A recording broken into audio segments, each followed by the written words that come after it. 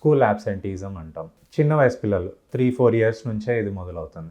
వాళ్ళలో ఎక్కువ అంటే హోంవర్క్స్ చేయలేకపోవడము, లేకపోతే స్కూల్లో టీచర్స్ నుంచి ప్రెషర్ ఉండడము, లేకపోతే తోటి విద్యార్థులు వాళ్ళని ఎక్కువ బులీయింగ్ చేయడము, అంటే ఏడిపించడం కానీ సతాయించడం కానీ చేసినట్లయితే వాళ్ళలో భయాలనేవి పుడుతుంటాయి.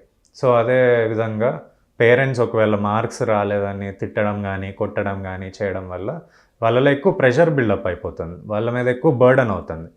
సో మనం చిన్న పిల్లల్ని కూడా చూసుకుంటే వాళ్ళలో ఇట్లాంటి యాంగ్జైటీ సమస్యలు కానీ, డిప్రెషన్ సమస్యలు కానీ, బైపోలార్ డిజార్డర్ కానీ, స్కిజోఫ్రీనియా అనే వివిధ రకాల మానసిక జబ్బులు మనం చూస్తున్నాం.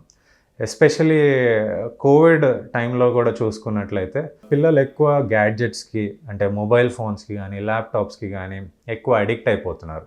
సో ఎందుకంటే క్లాసెస్ అన్నీ ఆన్లైన్ అయిపోవడం వల్ల వాళ్ళలో టెక్నాలజీ వల్ల కూడా కొన్ని బర్డెన్ అవుతుందన్నమాట.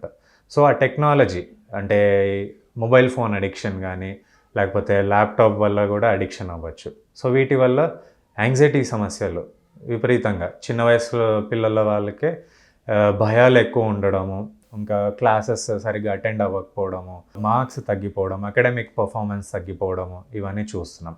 ఇంకా ఎవరితోనూ మాట్లాడకుండా ఉండడము, భయంగా ఉండడము, పేరెంట్స్కి కూడా వాళ్ళు ఏమి షేర్ చేసుకోవాలనిపించదు.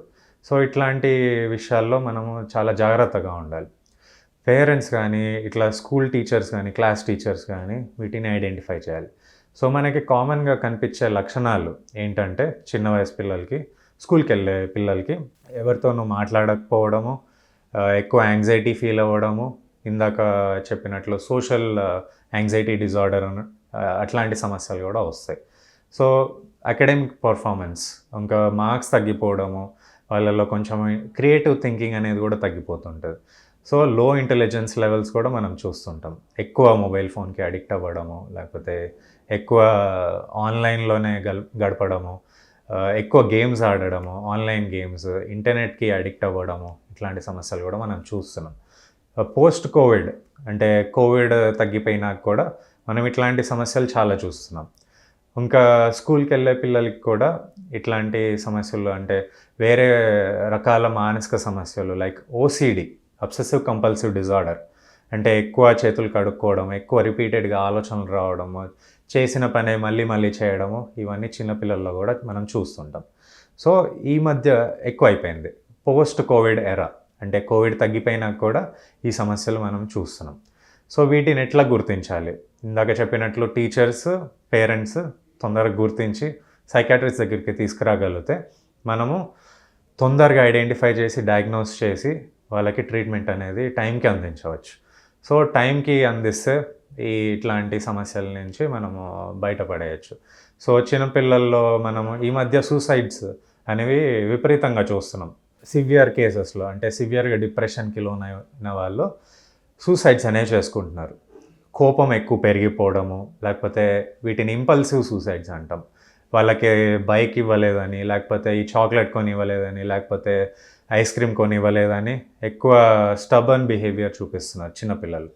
సో పేరెంట్స్ మాట వినకపోవడము, ఇవన్నీ కూడా వీటి లక్షణాలు. సో పేరెంట్స్ అన్నిటికీ అలవాటు చేయడం, ఎక్కువగా బుజ్జగించడము, ఇవన్నీ చేసినట్లయితే పిల్లల్లో అంటే ఫ్యూచర్లో కూడా ఇట్లాంటి సమస్యలు విపరీతంగా పెరిగిపోతాయి.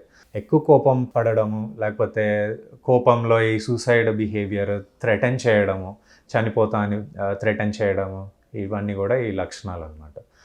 పాజిటివ్ రీఇన్ఫోర్స్మెంట్ టెక్నిక్స్ ఫాలో అవుతున్నారు, కానీ నెగిటివ్ రీఇన్ఫోర్స్మెంట్ టెక్నిక్స్ అనేవి ఫాలో అవ్వాలి పేరెంట్స్. సో ఈ టెక్నిక్స్ కనుక ఫాలో అవుతే మనము ఈ రీఇన్ఫోర్స్మెంట్ బిహేవియర్ అనేది తగ్గించవచ్చు. ఈ సూసైడల్ బిహేవియర్ కానీ, ఈ థ్రెటనింగ్ బిహేవియర్ కానీ పిల్లల్లో మనం తగ్గించవచ్చు. సో ఈ పిల్లల్లో ఒకవేళ ఇట్లానే కంటిన్యూ అవుతే, ఇట్లానే ఎక్కువ కోపం రావడము, టెంపర్ టాంట్రమ్స్ అంటాము, వాళ్ళకి ఆ వస్తువు అందించలేకపోతే వాటికి ఎక్కువ టెంపర్ టాంట్రమ్స్ అనేవి చూపిస్తారు. సో ఇట్లాంటి బిహేవియర్ అనేది కంటిన్యూ అవుతే 17 ఇయర్స్, 18 ఇయర్స్, 19 ఇయర్స్ పిల్లల్లో కూడా అట్లనే కంటిన్యూ అవుతాయి. పర్సనాలిటీ ట్రైట్స్ అనేవి ఫామ్ అవుతాయి. ఈ పర్సనాలిటీ ట్రైట్స్ అనేవి డిజార్డర్ లాగా కంటిన్యూ అవుతాయి. సో అట్లా డిజార్డర్ అయినప్పుడు వాళ్ళల్లో different types of personality disorders అనేవి ఫామ్ అవుతాయి. మనం చూసుకున్నట్లయితే ఈ మధ్య కాలంలో చాలా తరచుగా వింటున్నాం.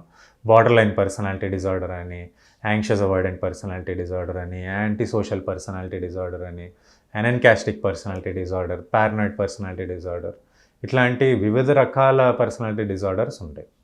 సో ఇట్లాంటి పర్సనాలిటీ డిజార్డర్స్ వాళ్ళు పెద్ద అయినాక కూడా కంటిన్యూ అవుతే అవి మానసిక జబ్బుల్లాగా కూడా ఫామ్ అయ్యే అవకాశాలు ఉంటాయి. వాళ్ళల్లో ఎక్కువగా మనం చూసినట్లయితే బైపోలార్ అఫెక్టివ్ డిజార్డర్ కానీ,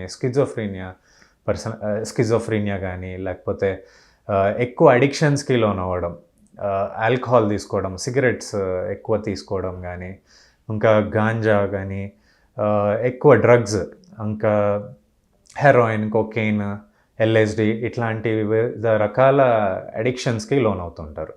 సో వీటితో పాటు మనం ఈ మధ్య చూసినట్లయితే ఇందాక చెప్పినట్లు mobile phone addiction, gambling addiction, ఇట్లా డిఫరెంట్ టైప్స్ ఆఫ్ సబ్స్టెన్సెస్ ఇంకా బిహేవియరల్ అడిక్షన్స్కి లోన్ అవుతుంటారు.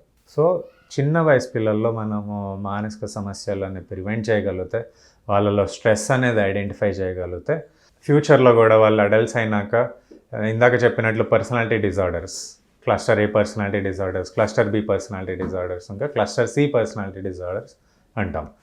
So paranoid personality disorders, schizoid personality disorder, schizotypal personality disorders, ఇంకా నార్సిస్టిక్ పర్సనాలిటీ డిజార్డర్స్ కానీ, histrionic, borderline personality disorders, antisocial personality disorders, ఇంకా cluster C personality disorders చూసుకున్నట్లయితే anxious avoidant personality disorders, dependent personality disorders కానీ, obsessive compulsive personality disorders, ఇట్లా వివిధ రకాల personality disorders అనేవి మనం చూడొచ్చు. సో వీళ్ళల్లో ఇట్లాంటి కొన్ని కౌన్సిలింగ్ టెక్నిక్స్ ఉంటాయి. సో వాళ్ళలో కాగ్నిటివ్ బిహేవియరల్ థెరపీ అని, డయలెక్టిక్ బిహేవియరల్ థెరపీ అని, షార్ట్ టర్మ్ డైనమిక్ సైకోథెరపీస్ అని డిఫరెంట్ టైప్స్ ఆఫ్ సైకోథెరపీస్ అంటే కౌన్సిలింగ్ టెక్నిక్స్ ఉన్నాయి. సో ఇట్లాంటి కౌన్సిలింగ్ టెక్నిక్స్లో మనము వాళ్ళల్లో ఎట్లాంటి ప్రాబ్లమ్స్ ఉన్నాయో గుర్తించి వాటిని ఐడెంటిఫై చేసి వాటిని ప్రివెంట్ చేయొచ్చు. So different types of addiction disorders కూడా రావచ్చు, ఇట్లాంటి పర్సనాలిటీ డిజార్డర్స్ ఉంటాయి. సో చిల్డ్రన్లో మనం చూసుకున్నట్లయితే ఫస్ట్ స్ట్రెస్ అనేది లేకుండా చూడాలి. పేరెంట్స్ వాళ్ళతో ఎక్కువ ఇంటరాక్ట్ అవ్వాలి. ఇంటరాక్షన్ అనేది ఏర్పడితే వాళ్ళు కొంచెం ఓపెన్ అప్ అవుతారు. వాళ్ళలో ఎట్లాంటి ప్రాబ్లమ్స్ ఉన్నా, స్ట్రెస్ ఉన్నా, ఒకవేళ స్కూల్లో ఎట్లాంటి ప్రాబ్లమ్స్ ఉన్నా, ఒకవేళ వాళ్ళకి చదువులో ఏమైనా ప్రాబ్లమ్స్ ఉన్నా కూడా వాళ్ళు పేరెంట్స్కి కానీ టీచర్స్ కానీ చెప్పినట్లయితే మనం వాటిని తొందరగా గుర్తించి దాన్ని ట్రీట్ చేస్తే ఫ్యూచర్లో చిల్డ్రన్ బాగుంటారు. సో వాళ్ళలో ఇట్లాంటి సూసైడ్స్ కానీ, డిప్రెషన్ కానీ, యాంగ్జైటీ కానీ మనము ప్రివెంట్ చేయొచ్చు.